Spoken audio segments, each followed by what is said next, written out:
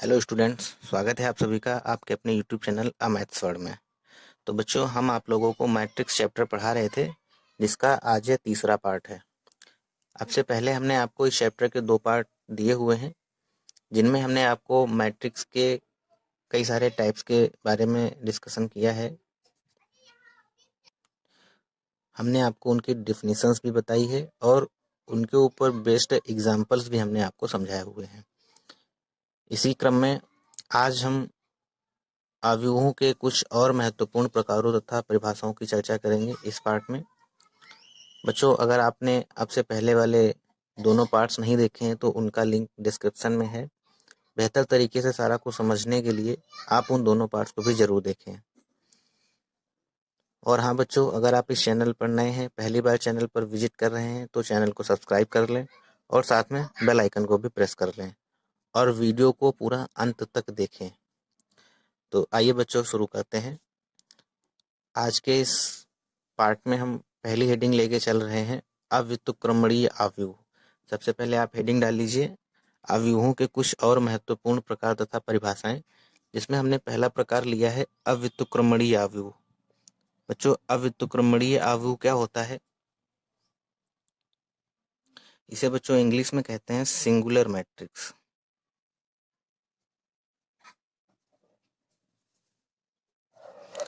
तो इसकी डेफिनेशन क्या है कि if the value of N E square matrix determinant is zero is called singular matrix. मतलब ये हुआ कि यदि किसी आव्यूह के, आव्यूह कैसा होना चाहिए? स्क्वायर आव्यूह होना चाहिए, वर्ग आव्यूह होना चाहिए। यदि किसी वर्ग आव्यूह के डिटर्मिनेंट का जो मान है, यानी कि सारणिक का जो मान है, वो अगर जीरो है, तो इस तरीके की जो मैट्रिक्स होगी, उस मैट्रिक्स को हम अव्युत्क्रमणीय आव्यूह कहते हैं। उसको हम सिंगुलर मैट्रिक्स कहते हैं। क्या मतलब हुआ बच्चों? पहले आप लिख लीजिए, यदि किसी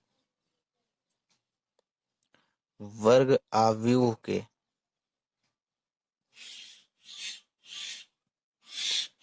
सारणिक का मान शून्य हो, तो इस प्रकार के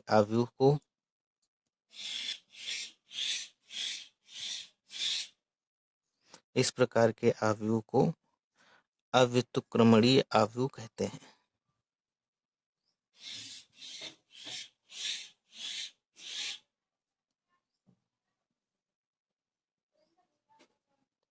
जैसे बच्चों एग्जाम्पल में आप लिख लीजिए, हमने आपको लिखाया कि कोई एक ऐसा आव्यूह है जिसके सारणिक का जो मान है वो कैसा हो? जीरो हो। मतलब कहने का ये हुआ, जैसे कि आपको मान लो ये दे दिया गया एक आव्यूह है, 2x2 का आव्यूह है 1 2 3 6। तब अगर वैल्यू मॉड ए की हम निकालें और अगर ये जीरो आ जाए, तो इस तरीके का जो मैट्रिक्स है उसको हम बच्चों क्या कहेंगे? उसको हम कहेंगे कि ये अव्युत्क्रमणीय आव्यूह है। कैसे? आपको आव्यूह ये दिया गया, ए बराबर दिया गया, आप इसका मॉड निकालिए, मतलब डिटर्मिनेंट निकालिए, सारणिक का मान निकालिए। ये आपको पहले पढ़ाया गया हुआ है। जब हम सारणिक का मान निकालते हैं तो इसका इधर मल्टीप्लाई करके, इसको इधर मल्टीप्लाई करके घटा के लिख देते हैं। तो ये सारणिक जब निकालेंगे तो आव्यूह चेंज हो जाएगा। सारणिक में आव्यूह और सारणिक में क्या अंतर होता है, हम आपको थोड़ी देर के बाद बता रहे हैं। तो इसको जब बच्चों हम सॉल्व करेंगे तो इधर मल्टीप्लाई करेंगे तो 1 इंटू 6 हो जाएगा और -3 इंटू 2 6 हो जाएगा, यानी कि 0 आ गया। तो कहने का मतलब क्या हुआ, यहाँ पर मॉड ए की वैल्यू क्या है? 0 है। तो ये किस प्रकार का आव्यूह है, किस प्रकार का मैट्रिक्स है? तो बच्चों ये अव्युत्क्रमणीय आव्यूह है। इंग्लिश में इसको कहते हैं सिंगुलर मैट्रिक्स। अब इसके बाद हेडिंग डालिए, व्युत्क्रमणीय आव्यूह, जिसको इंग्लिश में कहते हैं नॉन सिंगुलर मैट्रिक्स। इसकी परिभाषा जो है बच्चों, वो अव्युत्क्रमणीय आव्यूह के जस्ट अपोजिट होती है। तो हेडिंग डाल लीजिए, व्युत्क्रमणीय आव्यूह, इंग्लिश में कहते हैं नॉन सिंगुलर मैट्रिक्स। इसमें लिख लीजिए, यदि किसी वर्ग आव्यूह के सारणिक का मान शून्य ना हो तो इस प्रकार के आव्यूह को व्युत्क्रमणीय आव्यूह कहते हैं। लिख लीजिए बच्चों, यदि किसी वर्ग आव्यूह के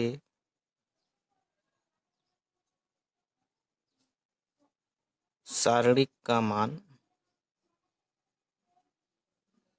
शून्य न हो तो इस प्रकार के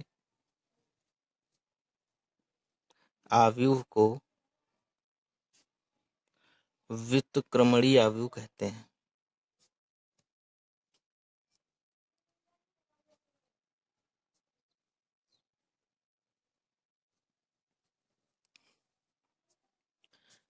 एग्जाम्पल में लिख लीजिए, बस इसमें ज़्यादा आपको कुछ लिखने की ज़रूरत नहीं है, बस इतना लिख लीजिए कि यदि mod a does not equal to 0। ठीक है बच्चों, आशा करते हैं आपको यहाँ तक समझ में आया होगा। अगली हेडिंग डाल लीजिए लाम्बिक आव्यूह, जिसको इंग्लिश में कहते हैं हम ऑर्थोगोनल मैट्रिक्स। बहुत ही इंपॉर्टेंट है और आपसे एग्जाम में कई बार पूछी भी जा चुकी है। तो बच्चों हेडिंग डालिए आप लाम्बिक आव्यूह, इंग्लिश में इसको कहते हैं ऑर्थोगोनल मैट्रिक्स। तो क्या है लाम्बिक आव्यूह, बहुत ध्यान से समझेंगे। पहले हम आपको लिखा देते हैं, तब फिर आपको समझाते हैं। एक ऐसा वर्ग आव्यूह, लिखते रहिए साथ में, एक ऐसा वर्ग आव्यूह जिसमें एक ऐसा वर्ग आव्यूह जिसमें ए मल्टीप्लाई ए डैश बराबर हो ए डैश मल्टीप्लाई ए, और ये दोनों जो बराबर है वो इकाई आव्यूह के बराबर हो। तो इस प्रकार से जो आव्यूह बनेगा उसको हम कहते हैं लाम्बिक आव्यूह।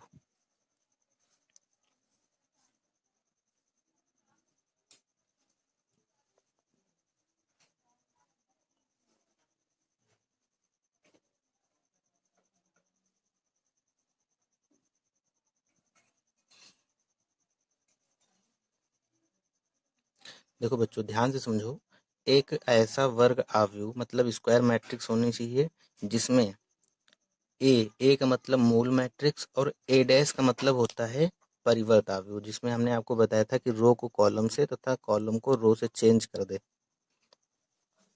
तो वो जो मैट्रिक्स बनती है उसको हम कहते हैं परिवर्त आव्यूह।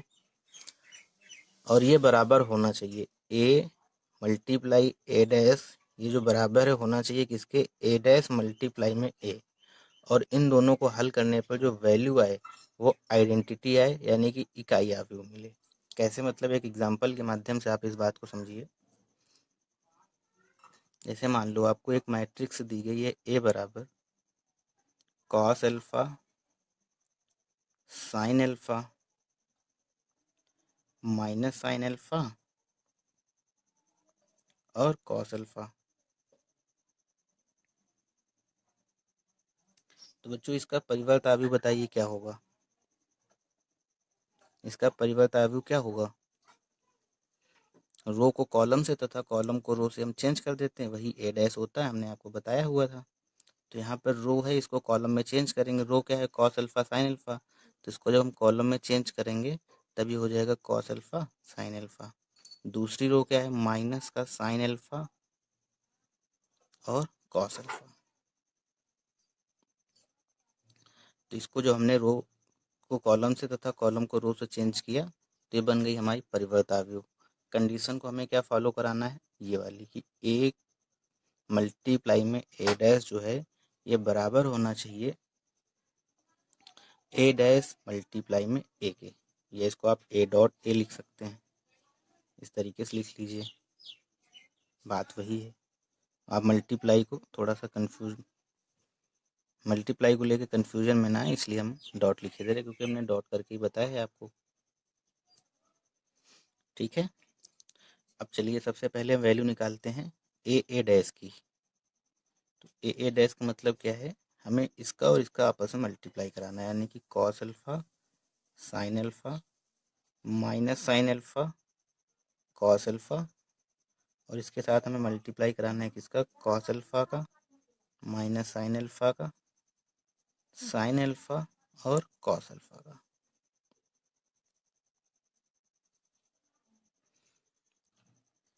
तो हमने आपको बताया था मल्टीप्लाई हम तभी करा सकते हैं जब पहले वाले मैट्रिक्स में रो की संख्या दूसरे वाले मैट्रिक्स में कॉलम की संख्या के बराबर हो।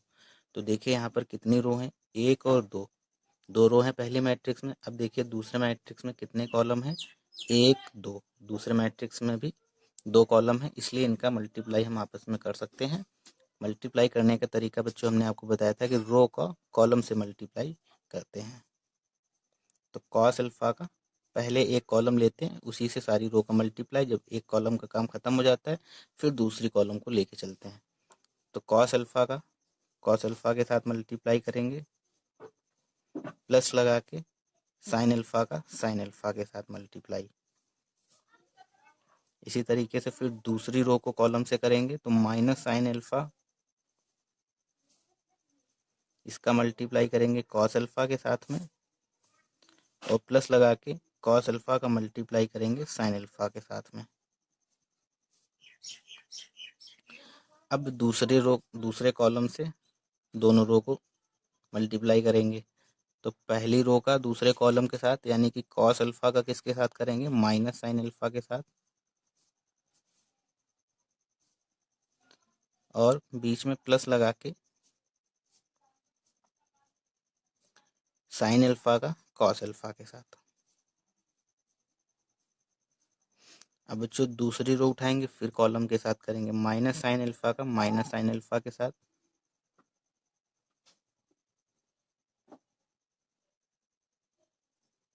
ये माइनस है, प्लस कॉस अल्फा का कॉस अल्फा के साथ।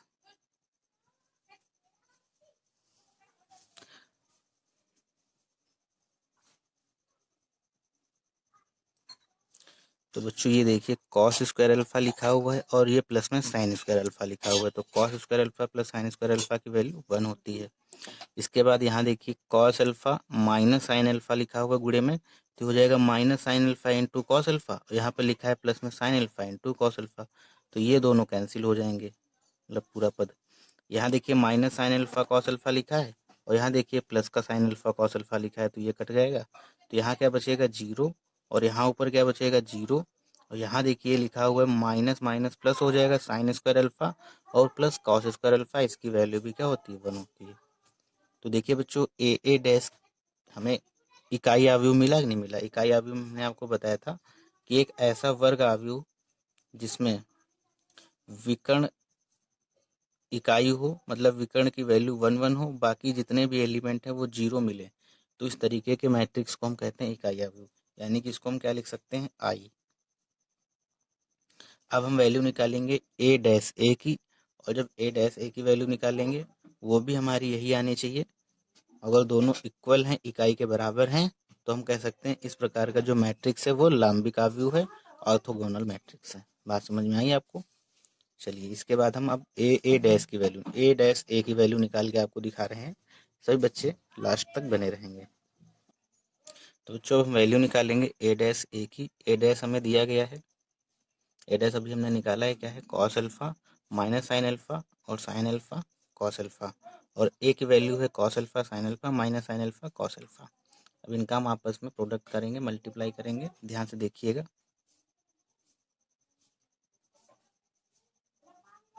रो को कॉलम से करते हैं तो कॉस अल्फा का कॉस अल्फा के साथ में,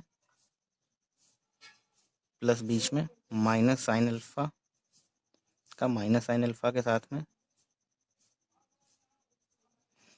फिर दूसरी रो का कॉलम से करेंगे तो साइन अल्फा किसके साथ होगा, कॉस अल्फा के साथ, प्लस कॉस अल्फा का माइनस साइन अल्फा के साथ।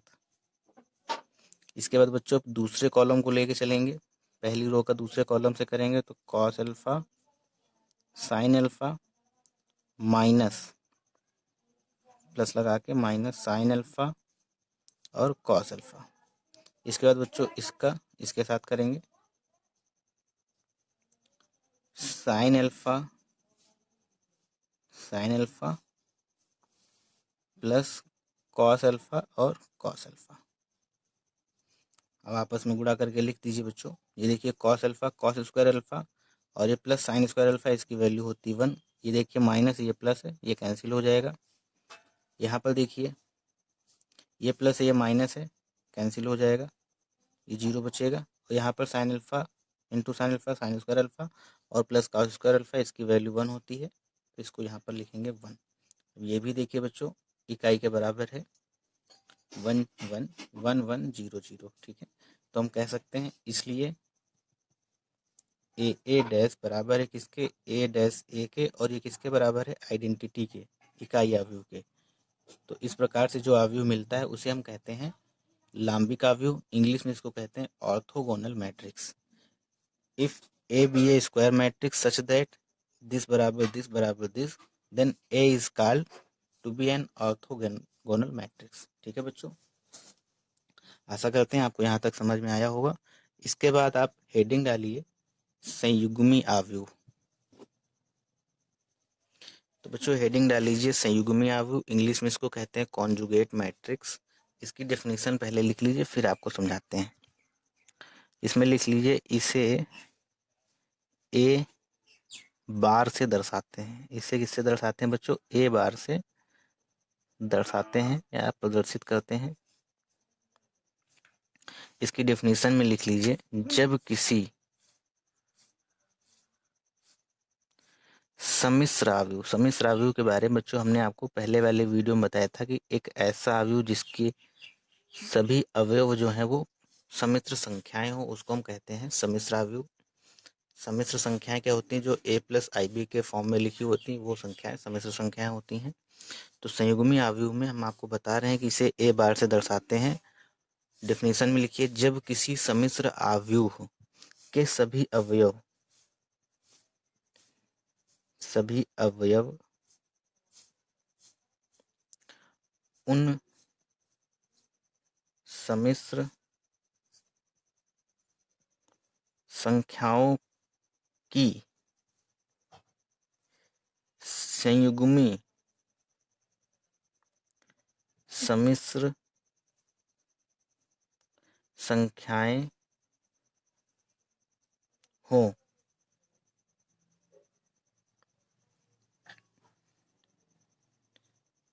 इसे संयुग्मी आव्यूह कहते हैं।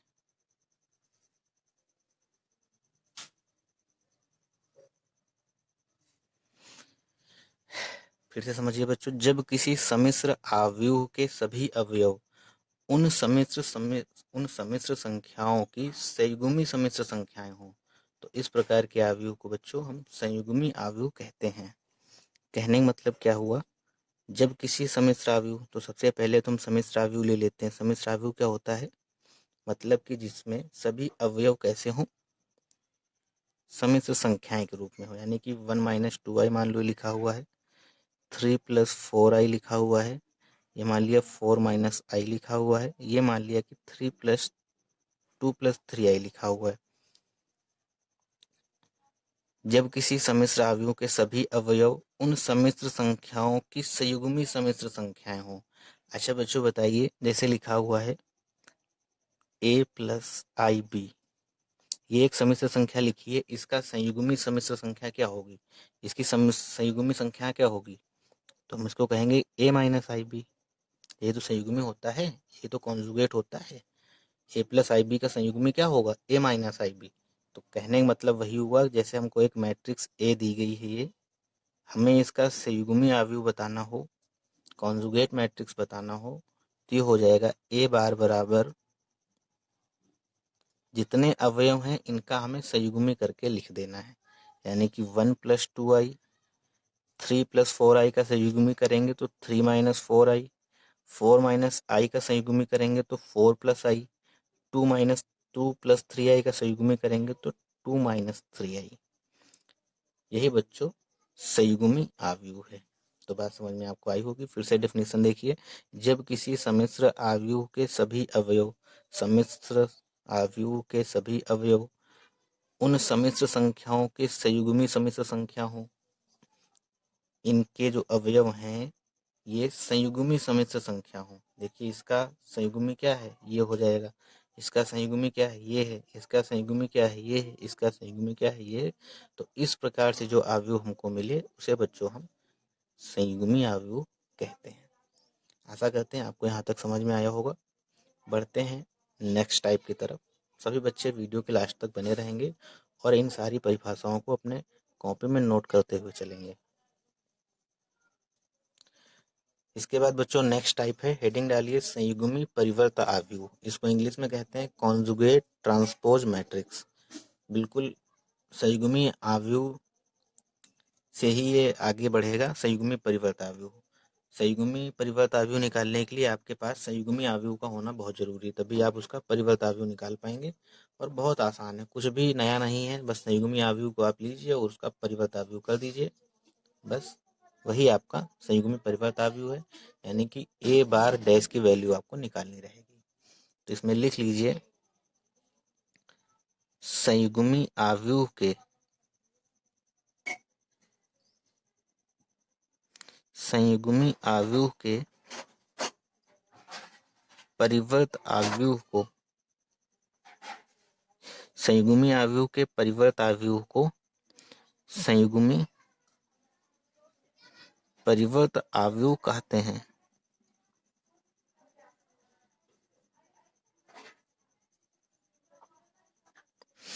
बच्चों हम इंग्लिश में इसके नाम इसलिए बताए दे रहे हैं क्योंकि कभी कभी ये इंग्लिश के नाम से ही डायरेक्ट डेफिनेशन पूछ ली जाती है कि कॉन्जुगेट ट्रांसपोज आव्यूह से आप क्या समझते हैं। संयुग्मी परिवर्त को हटा के वहाँ पर कॉन्जुगेट ट्रांसपोज डायरेक्ट नाम भी दिया जा सकता है, इसलिए आप इसका हिंदी और इंग्लिश दोनों नाम अच्छे से याद करके चलेंगे। तो हमने आपको बताया कि संयुग्मी आव्यूह के परिवर्त आव्यूह को संयुग्मी परिवर्त आव्यूह कहते हैं। इसे किससे डिनोट करते हैं? ए बार डैश या ए बार टी या ए बार कैपिटल टी या ए की पावर थीटा या ए स्टार। इतने साइन में से किसी भी एक साइन से इसको हम दर्शा सकते हैं। और आपको अगर दर्शाना हो तो आप बस सिंपल सा ए बार डैश को ही लेके चले। और हमने आपको बताया था कि इसको हम 80 से क्यों दर्शाते हैं, क्योंकि इसको हम ट्रांसपोज मैट्रिक्स कहते हैं, इसलिए ए की पावर टी लगा देते हैं। अब हमको संयुग्मी आव्यूह का निकालना है और संयुग्मी आव्यूह को बच्चों हम ए बार से डिनोट करते हैं, इसलिए ए बार की पावर टी हमने लगा दिया है, से दर्शाते हैं या प्रदर्शित करते हैं। ठीक है, आशा करते हैं आपको यहाँ तक समझ में आया होगा। तो मान लो बच्चों एग्जाम्पल भी हम आपको दिए दे रहे हैं। जैसे मान लो आपको एग्जाम्पल दिया गया है, ए बराबर में है 2 + 4i 1 - 6i 3 + 5i और 5 + i। ये मान लो आपको एक आव्यूह दिया गया। कैसा आव्यूह है? ये जो है बच्चों ये सम्मिश्र आव्यूह है, ये सम्मिश्र आव्यूह है। अब सम्मिश्र आव्यूह से हमको निकालना हो संयुग्मी आव्यूह, तो संयुग्मी आव्यूह को दर्शाते हैं ए बार से। इसमें साइन ये चेंज हो जाएंगे, ये हो जाएगा 2 - 4i, ये हो जाएगा 1 + 6i, ये हो जाएगा 3 - 5i और बच्चों ये हो जाएगा 5 - i। तो ये कैसा आव्यूह हो गया? ये हो गया बच्चों संयुग्मी आव्यूह। और संयुग्मी आव्यूह के परिवर्त आव्यूह को ही हम कहते हैं संयुग्मी परिवर्त आव्यूह। तो इसको हम दर्शाएंगे ए बार डैश से। तो ये क्या हो जाएगा? ए बार डैश क्या हो जाएगा? जो रो है वो कॉलम में आ जाएगा, जो कॉलम है वो रो में आ जाएगा। तो हम रो को ही चेंज कर देते हैं, रो को कॉलम में जब करेंगे तो ये हो जाएगा 2 - 4i और ये हो जाएगा 1 + 6i। दूसरी रो को जब हम कॉलम में चेंज करेंगे तो 3 - 5i और यहाँ हो जाएगा 5 - i। तो बच्चों यही जो है संयुग्मी परिवर्त आव्यूह है।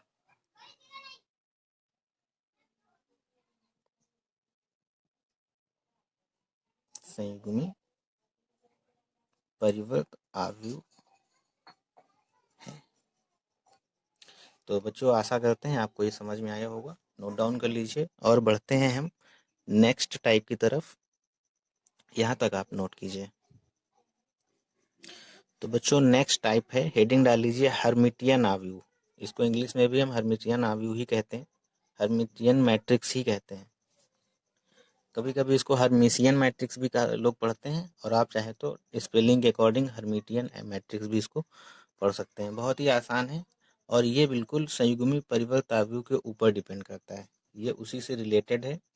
तो इसको समझने के लिए आपको संयुग्मी आव्यूह और संयुग्मी परिवर्त आव्यूह का पता होना बहुत जरूरी है। तो पहले हम आपको इसकी डेफिनेशन लिखाई दे रहे हैं, इसके बाद में फिर हम आपको समझाते हैं। ध्यान से समझिएगा बच्चों। ऐसा सम्मिश्र आव्यूह, कैसा मतलब ऐसा सम्मिश्र आव्यूह, ए सम्मिश्र आव्यूह तो आपको पता ही है, ऐसा आव्यूह जिसके सभी अवयव जो हैं वो सम्मिश्र संख्याएं हों। तो ऐसा सम्मिश्र आव्यूह ए जिसका जिसका संयुग्मी परिवर्त आव्यूह, जिसका संयुग्मी परिवर्त आव्यूह ए के बराबर हो, ए के बराबर हो, तब ए को हर्मिटियन आव्यूह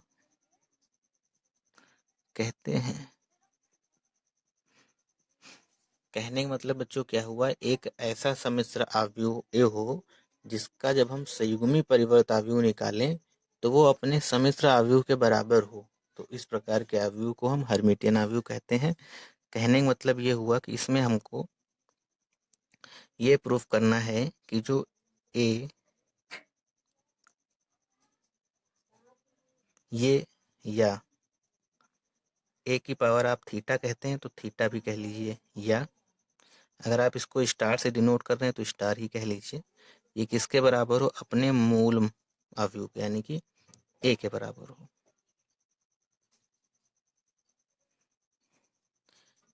तो बच्चों इसको एक एग्जांपल के माध्यम से हम समझते हैं। मान लो आपको एक मैट्रिक्स दिया गया है, सम्मिश्र आव्यूह आपको दिया गया है एक, ये मान लो 3 5 + 3i, ये है बच्चों यहाँ पर 5 - 3i, और यहाँ पर मान लो 8 आपको दिया गया है। ये कैसा आव्यूह है बच्चों, ये संयुग्मी आव्यूह है, सॉरी सही सम्मिश्र आव्यूह है। सम्मिश्र आव्यूह हमने आपको बताया था कि ऐसा आव्यूह जिसके जो अवयव हैं वो कैसे होने चाहिए, सम्मिश्र संख्याओं के रूप में होना चाहिए। अब आप कहेंगे कि सर ये तो 3 सम्मिश्र संख्या है नहीं है तो हम बनाए ले रहे हैं। लो 0i हमने अपनी तरफ से मान लिया, इसको भी हमने अपनी तरफ से 0i मान लिया, तो ये कैसा आव्यूह बन गया, सम्मिश्र आव्यूह। मतलब पूरे आव्यूह में अगर कम से कम हमको कोई एक भी एलिमेंट सम्मिश्र संख्या के रूप में मिल जाए तो आप उसको कह सकते हैं कि ये सम्मिश्र आव्यूह है। ठीक है, जरूरी नहीं कि सभी सभी तो फिर बन ही जाएंगे, उसके आगे हम +0i लगा देंगे तो बन जाएगा। कम से कम एक एलिमेंट जो है बच्चों वो सम्मिश्र संख्या के रूप में होना चाहिए किसी भी मैट्रिक्स में। तो ये लिखा हुआ है 3 और ये लिखा हुआ है 8। परिभाषा हमने क्या लिखा है, ऐसा सम्मिश्र आव्यूह है जिसका संयुग्मी परिवर्त आव्यूह, तो इसका हम संयुग्मी, सबसे पहले तो इसका हम संयुग्मी आव्यूह निकालेंगे। तो संयुग्मी आव्यूह क्या हो जाएगा, ये तो 3 ही रहेगा, आई के साथ में जो रहता है वही चेंज होता है। मान लो यहाँ +0i लिखा है तो -0i हो जाएगा, उसको लिखने की हमें जरूरत है नहीं। यहाँ पर क्या हो जाएगा, -3i, 5 - 3i, और यहाँ पर हो जाएगा 5 + 3i, और ये 8 ही रहेगा क्योंकि 8 - 0i लिखेंगे तो वैसे ही रहेगा। तो ये कैसा आव्यूह आ गया, परिवर्त आव्यूह आ गया, सॉरी ये संयुग्मी आव्यूह आ गया। कैसा आव्यूह आ गया, ये संयुग्मी आव्यूह आ गया। अब हम क्या निकालेंगे, संयुग्मी परिवर्त आव्यूह उसका निकालें, और ये अगर मूल आव्यूह के बराबर है यानी कि ए के बराबर है तो हम कह सकते हैं कि इस प्रकार का जो मैट्रिक्स रहेगा वो हर्मिटियन मैट्रिक्स रहेगा। तो यहाँ से हम क्या निकालेंगे, ए बार डैश निकालेंगे, और ए बार डैश किसके इक्वल आना चाहिए, इस ए के इक्वल आना चाहिए। तो जब हम इसका परिवर्त आव्यूह निकालेंगे तो जो रो है वो कॉलम में चेंज हो जाएगा, यानी कि 3 5 - 3i है, ये कॉलम में आ जाएगा। दूसरी रो क्या है, 5 + 3i, और 8 जो है ये दोनों कॉलम में आ जाएंगे। अब ये देखिए बच्चों किसके बराबर है, अपने मूल आव्यूह के बराबर है कि नहीं है, ये देखिए ए के बराबर है, ए ही तो था यानी कि कैपिटल ए हम कह सकते हैं। इसलिए जो ए बार डैश है किसके बराबर है, ए के बराबर है। तो इस प्रकार का जो आव्यूह रहेगा वो कैसा आव्यूह कहलाएगा, वो बच्चों हर्मिटियन आव्यूह कहलाएगा। आशा करते हैं आपको यहाँ तक समझ में आया होगा। नेक्स्ट हेडिंग डालिए आप, नेक्स्ट टाइप है, यहाँ तक इसको पहले नोट कीजिए। तो बच्चों बात करते हैं हम नेक्स्ट टाइप की। 8वां टाइप है आपका, हेडिंग डाल लीजिए विषम हर्मिटियन आव्यूह, जिसको बच्चों इंग्लिश में कहते हैं स्क्यू हर्मिटियन मैट्रिक्स। पहले हम इसकी डेफिनेशन आपको समझा रहे हैं, ध्यान से समझिएगा और साथ में नोट करते हुए भी चलिएगा। यदि कोई सम्मिश्र आव्यूह कैपिटल ए, या ए पढ़िए डायरेक्ट आप उसको, कोई दिक्कत नहीं। यदि कोई सम्मिश्र आव्यूह ए ऐसा हो कि उसका संयुग्मी परिवर्त आव्यूह माइनस ए के बराबर हो, तो ए को विषम हर्मिटियन आव्यूह कहते हैं। बात समझ में आई बच्चों? एग्जाम्पल के माध्यम से आप इस बात को समझिए। मान लो आपको एक सम्मिश्र आव्यूह दिया गया। सम्मिश्र आव्यूह को हमने आपको क्या बताया था? एक ऐसा आव्यूह जिसके एलिमेंट जो हों वो सम्मिश्र संख्याओं के रूप में हों, उसे हम कहते हैं सम्मिश्र आव्यूह। तो सम्मिश्र आव्यूह ए ऐसा हो कि उसका जब हम संयुग्मी परिवर्त आव्यूह निकालें तो वो माइनस ए के बराबर में आए। तो पहले तो इसका हम निकालेंगे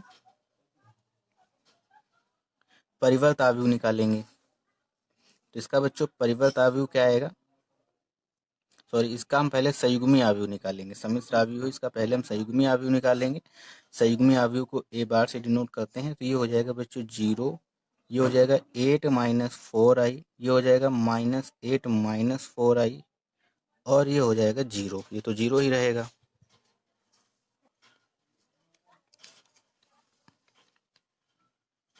तो ये क्या निकल के आया है? ये आया है सम्मिश्र या संयुग्मी आव्यूह। अब हम क्या निकालेंगे?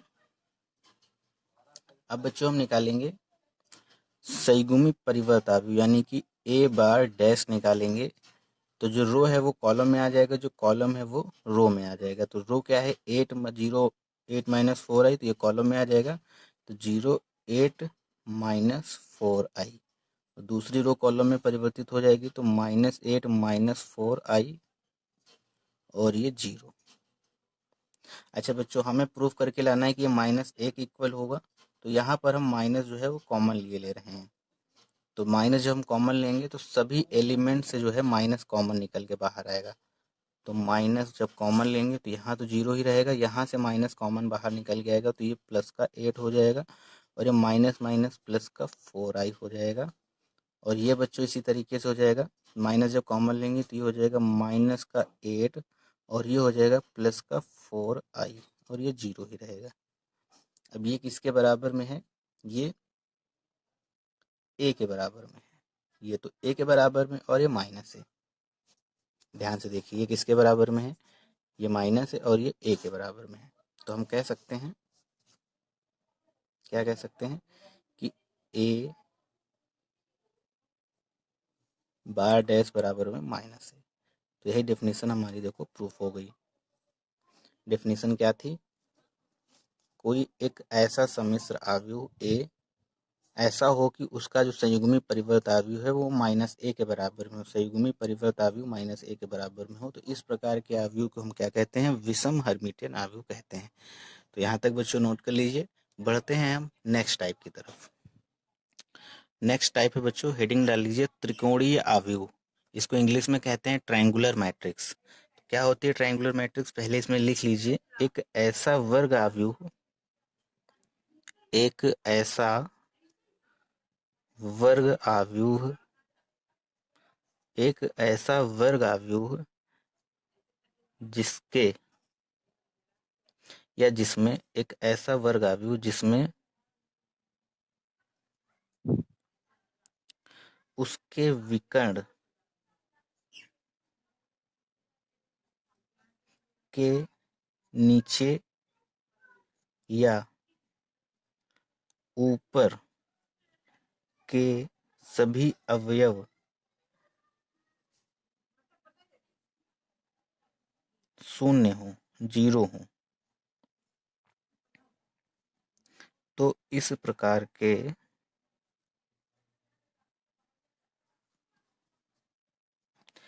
आव्यूह को ट्रायंगुलर मैट्रिक्स कहते हैं। TRIANGULAR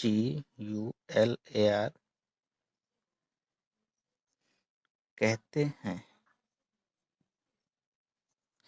बात समझ में आई बच्चों? एक ऐसा वर्गावयु 2x2 से बड़ा होना चाहिए, मतलब 3x3 या 3x3 से अपर का मैट्रिक्स होना चाहिए ये, तभी वो ट्रायंगुलर मैट्रिक्स कहलाएगा।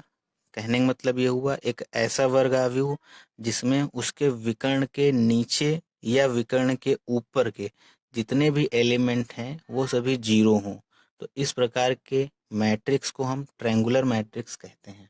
एक एग्जाम्पल के तौर पर इसको हम समझेंगे, एग्जाम्पल के माध्यम से समझेंगे। एग्जाम्पल मान लो हमने ले लिया है ए बराबर आपको एक मैट्रिक्स दी गई है 1 2 3 0 1 2 0 0 3 या 1 0 0 2 3 0 3 6 1। ध्यान से देखिए बच्चों, हमने आपको बताया एक ऐसा वर्गावयु, देखिए ये वर्गावयु है कि नहीं है, इसमें देखिए जितनी रो हैं उतने ही कॉलम हैं, 3 रो हैं 3 कॉलम हैं, तो ये वर्गावयु है। इसमें विकर्ण क्या रहेगा हमारा 1 1 3, ये देखिए विकर्ण है, इसमें विकर्ण क्या है 1 3 1 है। विकर्ण के नीचे के, देखिए विकर्ण के नीचे के सभी अवयव कैसे हों, जीरो हों, या विकर्ण के ऊपर के सभी अवयव क्या हों, जीरो हों। तो इस प्रकार से जो मैट्रिक्स हमें मिलेगी, इस प्रकार के मैट्रिक्स को हम कहते हैं बच्चों त्रिकोणीय आव्यूह या ट्रायंगुलर मैट्रिक्स। अगर हमें विकर्ण के नीचे जीरो मिल रहे हैं तो उसको हम कहते हैं लोअर ट्रायंगुलर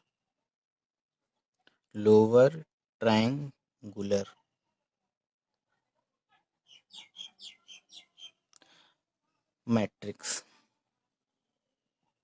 और अगर बच्चों हमें विकर्ण के ऊपर जीरो मिल रहे हैं तो इसको हम कहते हैं अपर ट्रायंगुलर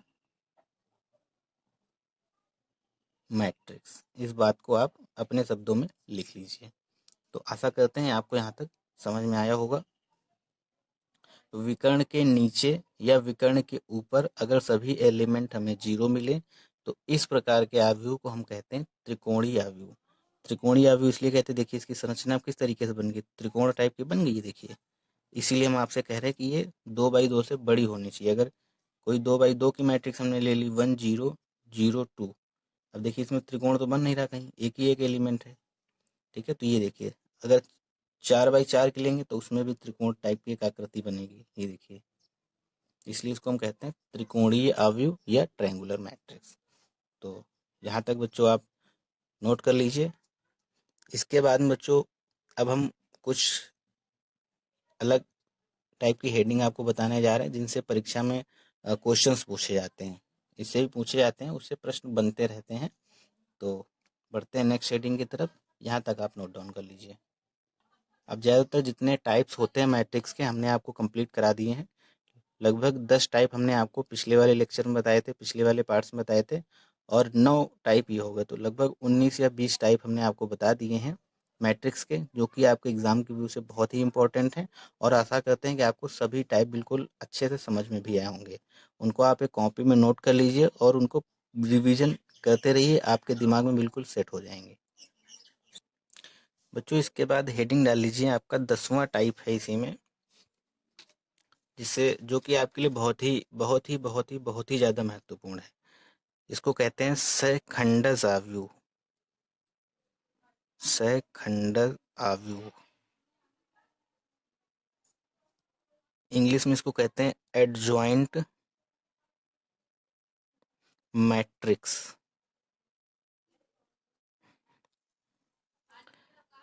ये बच्चों हम आपको अगले पार्ट में बताएंगे, सखंडज आव्यूह क्या होता है, सखंड आव्यूह क्या होता है, एडजॉइंट की वैल्यू कैसे निकाली जाती है, क्या तरीका रहता है। इन सब बातों पे जो डिस्कशन है वो हम अगले पार्ट में करेंगे। अभी हम आपको जो हमने आपको आज बताया हुआ है उन पर बेस्ड कुछ क्वेश्चंस कराए दे रहे हैं, ताकि आप क्वेश्चंस भी साथ में करते रहें। और हमने आपको एक्सरसाइज की पीडीएफ दी हुई है, उनमें से आप सभी क्वेश्चंस को लगाइए, और जो भी क्वेश्चन आपको नहीं आ रहा है वो हमें भेजिए, उसका हम सॉल्यूशन आपको वीडियो के माध्यम से या वहीं पर आपको सॉल्व करके उसका फ़ोटो आपको सेंड करेंगे। तो एक क्वेश्चन हम आपको दे रहे हैं, ये क्वेश्चन अभी हम आपको करके बता रहे हैं, थोड़ा प्रैक्टिस कर लेते हैं क्वेश्चंस पर। जैसे मान लो आपको एक मैट्रिक्स दी गई है ए बराबर 1 2 2 2 1 2 2 2 1 और आपको दिया गया है आई बराबर 1 0 0 0 0 1 सॉरी 0 1 0 0 0 1। ये बच्चों आपको दिया गया है, आपको वैल्यू फाइंड करनी है। इफ दिस बराबर this then find the value of a square minus 4a minus 5i। आपको बच्चों इसकी वैल्यू फाइंड करके आपको बतानी है। बहुत ही आसान सा क्वेश्चन है और हम आपको करके बताए दे रहे हैं ताकि आप अच्छे से समझ सकें और एक्सरसाइज के क्वेश्चंस आसानी से सॉल्व कर सकें। तो सॉल्यूशन, सबसे पहले बच्चों हमको ए स्क्वायर की वैल्यू निकालनी है। तो ए स्क्वायर हम किस तरीके से निकालेंगे? ए स्क्वायर का मतलब कि ए का ए के साथ मल्टीप्लाई। ए की वैल्यू है 1 2 2 2 1 2 2 2 1। इसी के साथ मल्टीप्लाई जब हम करेंगे तो वैल्यू हमें मिलेगी किसकी? ए स्क्वायर की, यानी कि 1 2 2 2 1 2 2 2 1। मल्टीप्लाई करने का हमने आपको बहुत ही आसान सा तरीका बताया था। हमें इसका मल्टीप्लाई करना है आपस में, तो सभी रो का एक एक कॉलम के साथ में हम मल्टीप्लाई करते जाते हैं। तो पहले हमने ये रो ली, इसका हम इस कॉलम के साथ मल्टीप्लाई करेंगे तो 1 का 1 के साथ मल्टीप्लाई करेंगे तो 1 आएगा। 2 का 2 के साथ मल्टीप्लाई करेंगे तो 4 आएगा। फिर इस 2 का इस 2 के साथ मल्टीप्लाई करेंगे तो 4 आएगा। इसके बाद दूसरी रो का पहले कॉलम से करेंगे, 2 का किसके साथ करेंगे? 1 के साथ, तो 2 आएगा। प्लस 1 का 2 के साथ मल्टीप्लाई करेंगे तो 2 आएगा और 2 का 2 के साथ मल्टीप्लाई करेंगे तो 4 आएगा। इधर बच्चों फिर थर्ड रो का फर्स्ट कॉलम से करेंगे, 2 का 1 के साथ तो 2, 2 का 2 के साथ तो 4, प्लस 1 का 2 के साथ में 2। अब पहले कॉलम का काम खत्म हो गया, अब इसको हम टच नहीं करेंगे। अब दूसरे कॉलम को लेंगे और सभी रो का कॉलम के साथ मल्टीप्लाई करते जाएंगे। 1 का 2 के साथ करेंगे तो 2 आएगा, 2 का 1 के साथ करेंगे तो 2 आएगा, 2 का 2 के साथ करेंगे तो 4 आएगा। फिर 2 का 2 के साथ करेंगे तो 4 आएगा, प्लस 1 का 1 के साथ करेंगे तो 1 आएगा, फिर 2 का 2 के साथ करेंगे तो 4 आएगा। फिर इस 2 का 2 के साथ करेंगे तो 4, इस 2 का 1 के साथ करेंगे तो 1, इस 1 का 2 के साथ करेंगे तो 2। अब दूसरे कॉलम का काम खत्म, अब हम तीसरा कॉलम उठाएंगे। 2 का 1 के साथ करेंगे तो 2, प्लस 2 का 2 के साथ करेंगे तो 4, इस 2 का 1 के साथ करेंगे तो 2। पहली रो का काम खत्म, हटाया उसको। अब दूसरी रो यहाँ से लिए तो दूसरी रो में लिखेंगे हम, 2 का 2 के साथ करेंगे तो 4, 1 का 2 के साथ करेंगे तो 2, 2 का 1 के साथ करेंगे तो 1। इसी तरीके से थर्ड रो का कॉलम के साथ करेंगे, 2 का 2 के साथ करेंगे तो बच्चों 4 आएगा, 2 का 2 के साथ फिर 4, 1 का 1 के साथ तो 1 आएगा। इसको बच्चों जब हम सॉल्व करके लिखेंगे, 4 4 8 1 9 हो जाएगा यहाँ पर, 4 2 8 4 2 6 2 यहाँ पर 8 हो जाएगा, 4 2 6 2 यहाँ पर 8 हो जाएगा, 4 2 6 2 8 यहाँ पर 8 हो जाएगा, 4 2 1 3 3 4 7 हो जाएगा यहाँ पर। ये बच्चों यहाँ पर 4 होगा, ये 2 का इसके साथ करेंगे तो सॉरी 2 का 2 के साथ करेंगे तो 4 होगा। तो 4 4 8 1 यहाँ पर हो जाएगा 9, 2 1 3 3 4 7, 4 2 6 1 7। ये बच्चों यहाँ पर करेंगे तो 2 1 कम 2 होगा ये, तो 2 2 4 4 8। मल्टीप्लाई आप आराम से कर सकते हैं। ये देखो बच्चों 4 2 6 2 8 हो जाएगा यहाँ पर, 2 1 3 3 4 7, यहाँ भी कुछ गड़बड़ हुआ है। ये बच्चों इसका इसमें करेंगे तो 2 1 कम 2 होगा, 4 2 6 2 8 यहाँ पर आएगा और 4 4 8 1 9 यहाँ पर आएगा। ठीक है, कुछ भी नहीं है, तो सिंपल सा मल्टीप्लिकेशन है। एक एक कॉलम उठाते जाते हैं और रो के साथ करते जाते हैं, रो के पहले अवयव का कॉलम के पहले अवयव के साथ, दूसरे अवयव का दूसरे कॉलम के दूसरे अवयव के साथ, रो के तीसरे अवयव का कॉलम के तीसरे अवयव के साथ। इसी तरीके से ये सिस्टम चलता रहता है, पहले का पहले के साथ, दूसरे का दूसरे के साथ, तीसरे का तीसरे के साथ, फिर पहले का पहले के साथ, दूसरे का दूसरे के साथ, तीसरे का तीसरे के साथ, मल्टीप्लाई करके ऐड करके लिखना रहता है। एक एक कॉलम उठाते जाते हैं फिर मल्टीप्लाई करते चले जाते हैं। जैसे देखो हमने ये दूसरा कॉलम उठाया, पहले का पहले के साथ किया 2 आया, दूसरे का दूसरे के साथ किया देखो 2 आया, तीसरे का तीसरे के साथ करेंगे 4 आ गया। फिर दूसरी रो उठाई, 2 का 2 के साथ करेंगे 4 आया, 1 का 1 के साथ किया 1 आया, 2 का 2 के साथ किया 4 आया। मतलब रो के जिस अवयव को उठा रहे हैं उसी अवयव के साथ मल्टीप्लाई करेंगे। रो के पहले अवयव को लिया हमने तो कॉलम के पहले अवयव के साथ ही उसका गुणा होगा, तो 2 दूना 4 हो गया। रो के दूसरे अवयव को हमने लिया तो कॉलम के दूसरे अवयव के साथ ही इसका मल्टीप्लाई होगा, 2 एकम 2 हो गया। ये देखो तीसरा अवयव लिया, तीसरे के साथ मल्टीप्लाई हो गया। इसी तरीके देखो बच्चों हमने तीसरा तीसरा कॉलम लिया है, यहाँ पर तीसरे कॉलम को जो हमने लिया हुआ है तो इस तीसरे कॉलम का पहले वाले अवयव का पहले वाले अवयव के साथ 2 एकम 2, दूसरे वाले अवयव का दूसरे वाले अवयव के साथ 4। ये देखिए तीसरे वाले अवयव का तीसरे वाले अवयव के साथ 2 एकम 2। एक एक रो का करते जाते हैं और आगे बढ़ते जाते हैं। पहली रो का काम खत्म हो गया, पहली रो में देखो हमने लिख दिया। अब दूसरी रो हमने उठाया तो दूसरी रो में लिखेंगे पहले वाले का पहले के साथ 2 दूना 4, दूसरे वाले का दूसरे के साथ 2 एकम 2, तीसरे वाले का तीसरे के साथ 2 एकम 2। अब तीसरी रो उठाएंगे, 2 का 2 के साथ पहले अवयव का पहले अवयव के साथ 2 दूना 4, दूसरे वाले अवयव का दूसरे वाले अवयव के साथ 2 दूना 4, तीसरे वाले अवयव का तीसरे वाले अवयव के साथ 1। ठीक है, बस इसको हमने जोड़ के लिख दिया। तो ये वैल्यू आ गई किसकी, ए स्क्वायर की। अब हमको यहाँ पर क्या चाहिए, 4a चाहिए। तो बच्चों अब हम वैल्यू निकालेंगे किसकी, 4a की।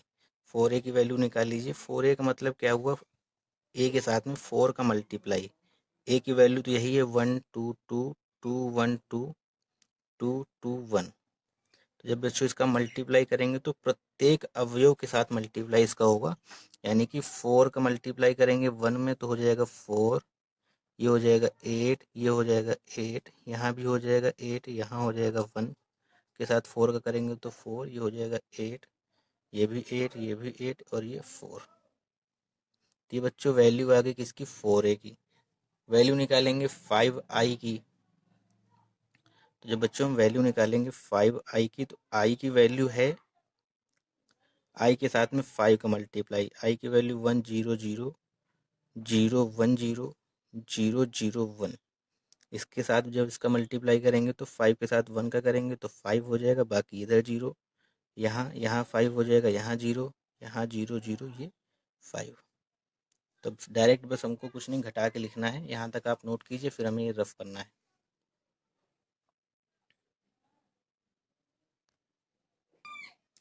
बच्चों यहाँ पे डायरेक्ट बस आप वैल्यू पुट कीजिए। इसलिए ए square minus 4a minus 5i बराबर क्या हो जाएगा, ए स्क्वायर की वैल्यू आपने निकाली है 988898889 माइनस 4a की वैल्यू आपने बच्चों निकाली है 48884884 और माइनस 5i की वैल्यू आपने निकाली है 5000500005। इसको हम रफ कर रहे हैं नीचे का। तो बच्चों इसको जब हम सॉल्व करेंगे, हमने आपको बताया था घटाने का नियम कि संगत एलिमेंट के साथ में ये घटते हैं। तो 9 के साथ में 4 घटेगा, 9 माइनस 4 और इधर ये 5 घटेगा, माइनस 5 हो जाएगा। इसके बाद दूसरा एलिमेंट लेंगे 8, यहाँ से दूसरा एलिमेंट क्या है, -8, और यहाँ पे तीसरा एलिमेंट क्या है, 0। समझ में आ रहा होगा आपको। आगे आप स्वयं से कीजिए इसको थोड़ा सा। यहाँ पर क्या हो जाएगा, 8 -8 -0। इसी तरीके से दूसरा एलिमेंट यहाँ लिखेंगे 9 -4 -5। यहाँ भी लिख लेते हैं 8 -8। यहाँ तीसरा क्या है, 0। यहाँ पे तीसरा क्या है, 8। यहाँ तीसरा क्या है, -8। यहाँ क्या है, 0। यहाँ पे तीसरा क्या है, 8। यहाँ पे तीसरा पहला क्या है, यहाँ पहला 8 है, यहाँ पहला क्या है, 8 है, और यहाँ पहला क्या है बच्चों, 0। दूसरा दूसरा दूसरा लेंगे तो 8 -8 -0। तीसरा तीसरा तीसरा लेंगे तो 9 -4 -5। इनको सबको बच्चों घटा के लिखना है। 9 से 4 के बच्चे प्लस के 5, 5 से 5 घट जाएंगे, 0 बचेगा। 8 से 8 के 0 बचेगा, यहाँ भी 0 बचेगा। 8 से 8 0, 9 से 4 के -5 9 से 4 के प्लस का 5, प्लस 5 माइनस 5 जीरो, 8 से 8 के जीरो, यहाँ भी जीरो, यहाँ भी जीरो, यहाँ भी जीरो। तो बच्चों इसकी वैल्यू क्या आएगी? जीरो। यही आपका आंसर है। तो इसको आप इस तरीके से भी लिख सकते हैं, केवल जीरो के बराबर भी लिख सकते हैं। यही आंसर है। आशा करते हैं आपको समझ में आया होगा। अब आप एक्सरसाइज के क्वेश्चंस लगाइए। कोई असुविधा होती, कोई दिक्कत होती, आप हमें क्वेश्चन भेजिए, उसका सॉल्यूशन हम आपको वहाँ पर प्रोवाइड करेंगे। अगले लेक्चर में हम आपको बच्चों एडजॉइंट के बारे में बताएंगे। एडजॉइंट मैट्रिक्स क्या होती है, कैसे फाइंड करना रहता है हमें एडजॉइंट। वीडियो को लास्ट तक देखने के लिए सभी बच्चों का बहुत बहुत धन्यवाद। और हाँ बच्चों, वीडियो को ज़्यादा से ज़्यादा अपने सभी दोस्तों में शेयर किया करें।